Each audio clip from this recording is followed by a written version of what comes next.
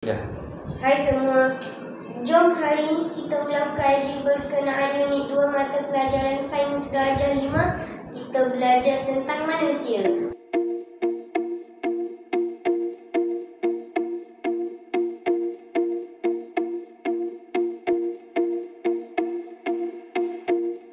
Manusia tu apa?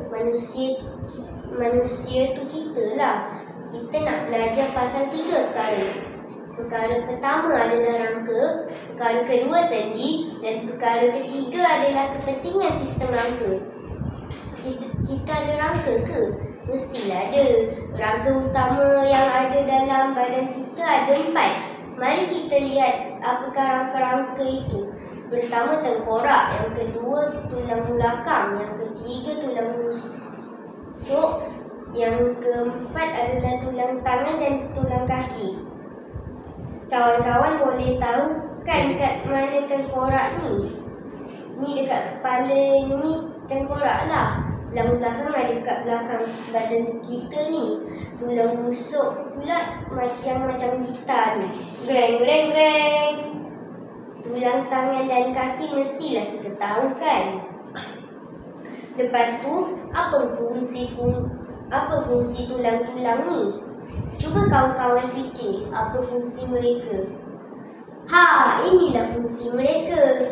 Tengkorak berfungsi untuk melindungi otak. Otak kan lembut. Kalau tak ada tengkorak, kita terhantuk je otak rosak. Lepas tu kita terus tak ada function. Kita hang nanti. Tulang belakang menyokong tubuh. Kalau tak ada tulang belakang, kita jadi lembek, nanti jadi jelly. Apa yang dekat kawasan tulang rusuk kita ni? Dalam ni ada organ dalaman seperti paru-paru dan jantung. Maka fungsi tulang rusuk adalah melindungi organ dalaman. Tulang tangan dan kaki berfungsi sebagai sokongan dan pergerakan kita. Sudahlah anda belajar, sila komen. Tadi baru perkara pertama. Kita rehat dulu sekejap. Nanti kita sambung perkara kedua pula, iaitu sendi.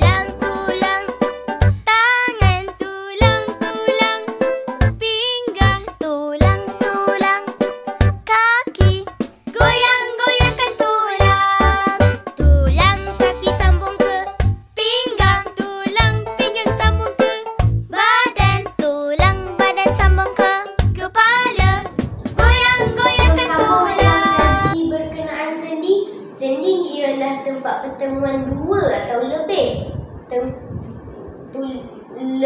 tulang. Boleh tengok pada gambar untuk kedudukan sendi pada badan manusia. Sendi ni berfungsi untuk kita bergerak dan kebolenturan tubuh. Kalau tak ada sendi, kita akan jadi keras. Nak makan tak boleh, nak cebok lagi lah tak boleh. Jadi kawan-kawan semua faham kan perlunya sistem rangka dan sendi ni? Tuhan jadikan sistem rangka dan sendi ni melindungi organ-organ kita untuk bagi bentuk tubuh kita biar tak jadi jelly dan untuk membolehkan kita bergerak. Oleh itu, sama-samalah kita jaga sistem rangka dan kita boleh menjadi manusia berguna. Nanti saya akan ceritakan pasal sistem peredaran darah manusia pula. Bye, jumpa lagi.